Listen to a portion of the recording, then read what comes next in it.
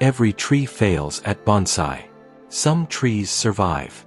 Some even look convincing for years. But survival isn't the same as acceptance. There are species that don't slowly adapt to confinement.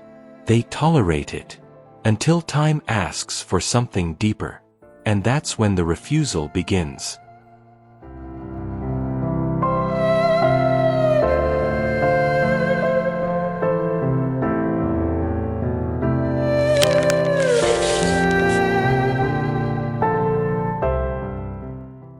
This episode isn't about mistakes. And it isn't about lack of skill. It's about biology. We're looking at trees that respond quickly, root easily, and often look successful early on, but struggle to convert survival into long-term structure. Ficus that live without truly maturing. Birch that fade instead of collapsing. And wisteria that return to spectacle again and again, without ever aging forward. These trees don't break the rules. They reveal where the rules stop negotiating.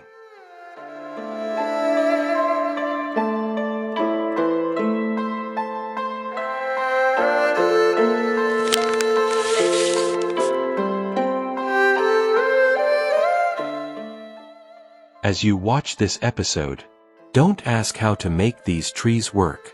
Ask when it's wiser to stop trying. Because respect in bonsai isn't always about shaping. Sometimes it's about recognizing refusal and choosing not to push past it. That understanding is where this final chapter begins.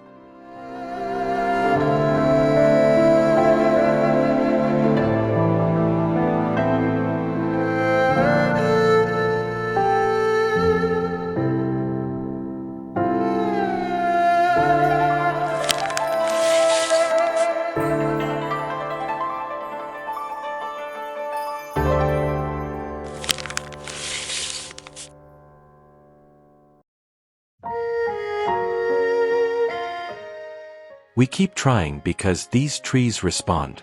They root easily. They push new growth quickly. They recover, at least on the surface. To the human eye, response looks like permission. If a tree survives pruning, wiring, and confinement, it feels reasonable to assume it will eventually adapt. But early response is not long-term agreement.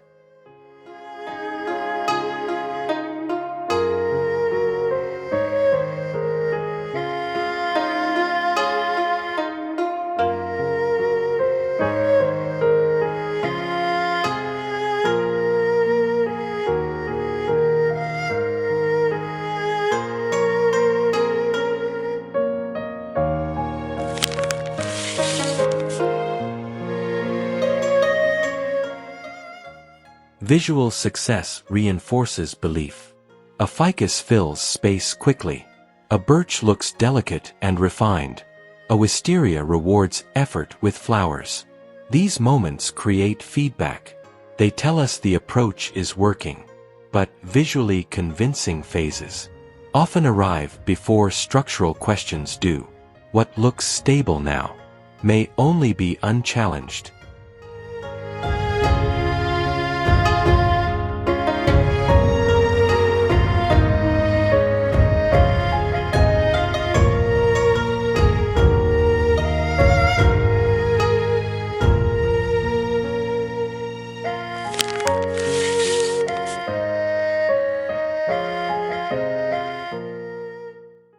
There's also a human pattern at work.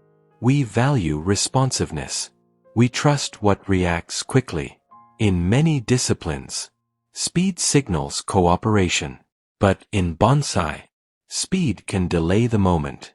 When limits finally become visible, by the time refusal appears, years have already passed.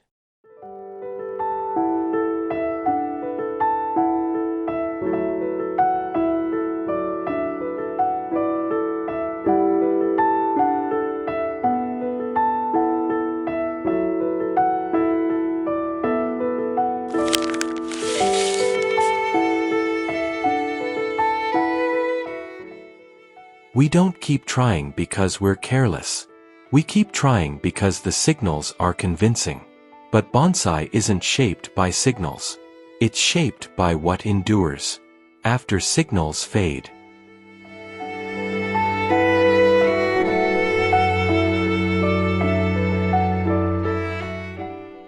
In the next segment, we'll step away from perception and look directly at biology, the point where these trees stop negotiating.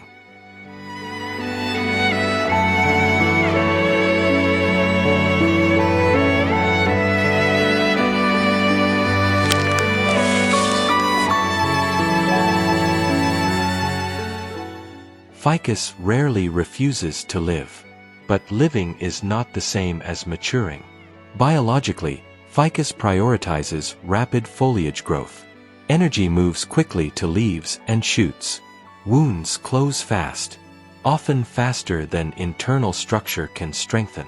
What looks like recovery is frequently only coverage. The tree survives confinement, but it struggles to convert survival into aged, load-bearing structure.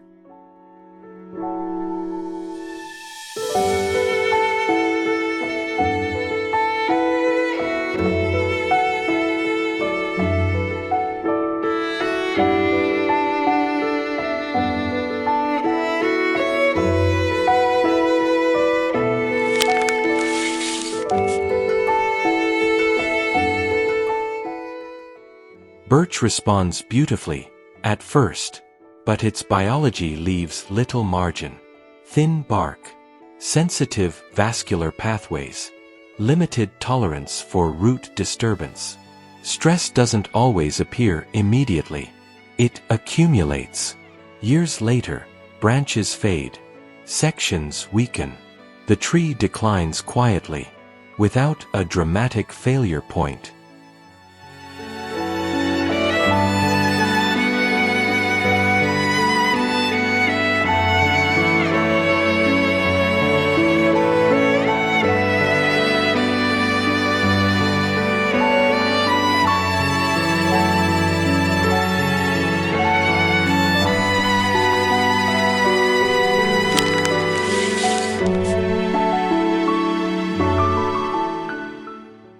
Wisteria invests heavily in reproduction. Flowers dominate its energy budget. Wood remains comparatively weak. Structural reinforcement lags behind growth. In bonsai, this creates a cycle. Spectacular moments. Then resets. The tree doesn't age forward. It repeats itself again and again.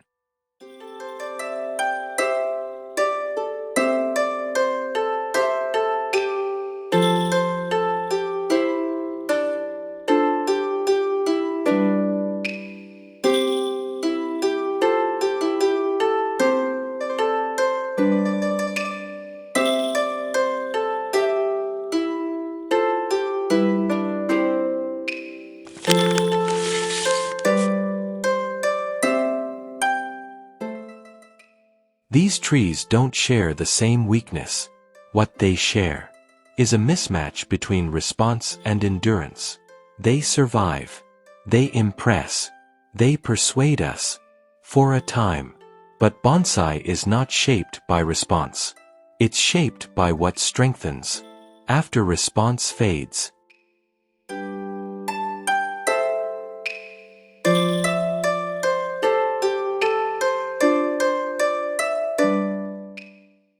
In the next segment, we'll look at what it costs to ignore that difference.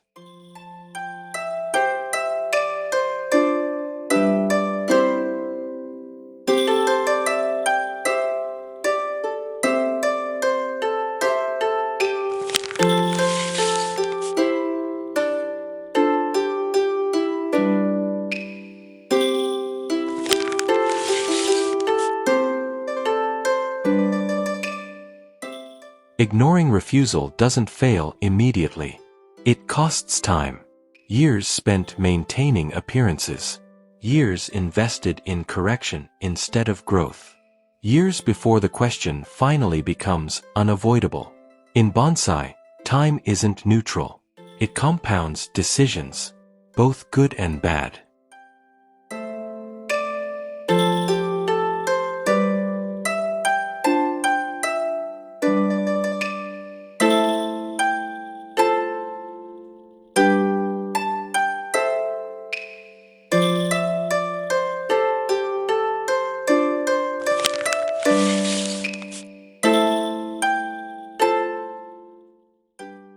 When refusal is ignored, structural debt accumulates.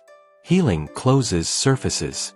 Without reinforcing load-bearing tissue, ramification increases weight. Without strengthening support, the tree looks fuller, but it isn't stronger. By the time weakness becomes visible, options are already limited.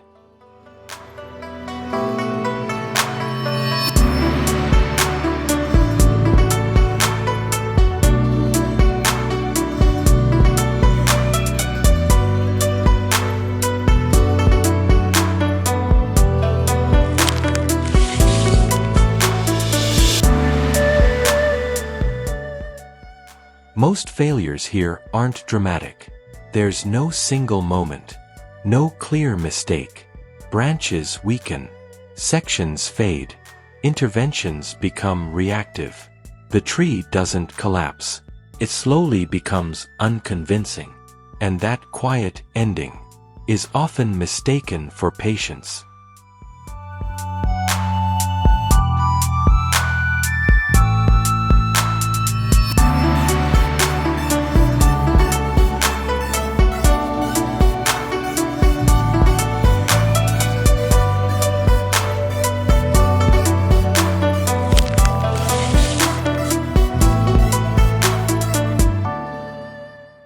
Ignoring refusal doesn't always damage the tree, but it reshapes the practice.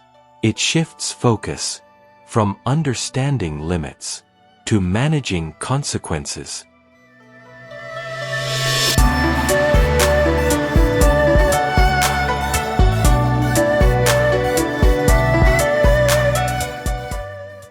In the final segment, we'll step back and ask, what respect actually looks like in bonsai, when shaping is no longer the answer.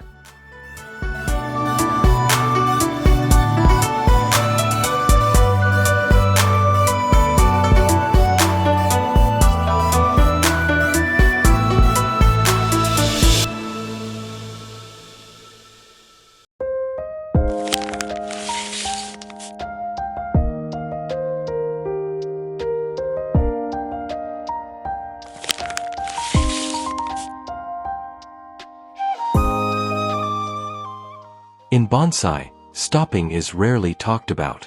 We celebrate persistence. We admire commitment. But stopping is also a decision, one that requires clarity, not failure. When a tree resists maturation year after year, continuing doesn't always show dedication. Sometimes, it shows reluctance to listen.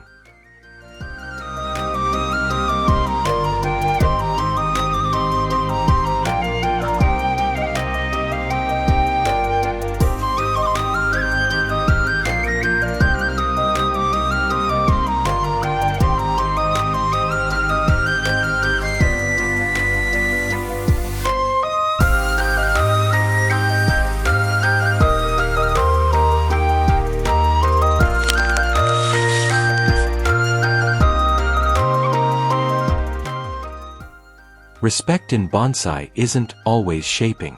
It's recognizing when a tree has given all it reasonably can. It's choosing not to extract more than the biology is willing to sustain. When we stop pushing past refusal, the practice becomes quieter and more honest.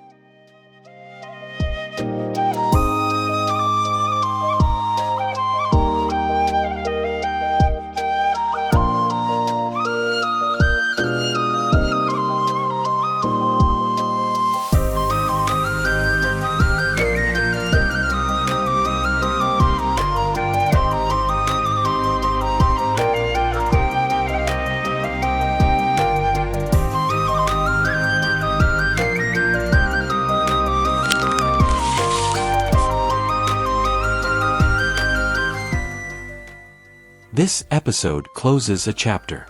From limits, to exceptions, to refusal.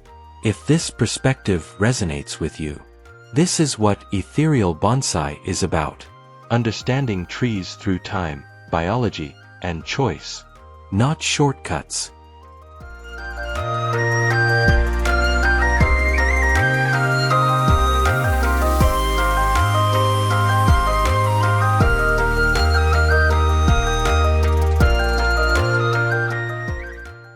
Subscribe to Ethereal Bonsai.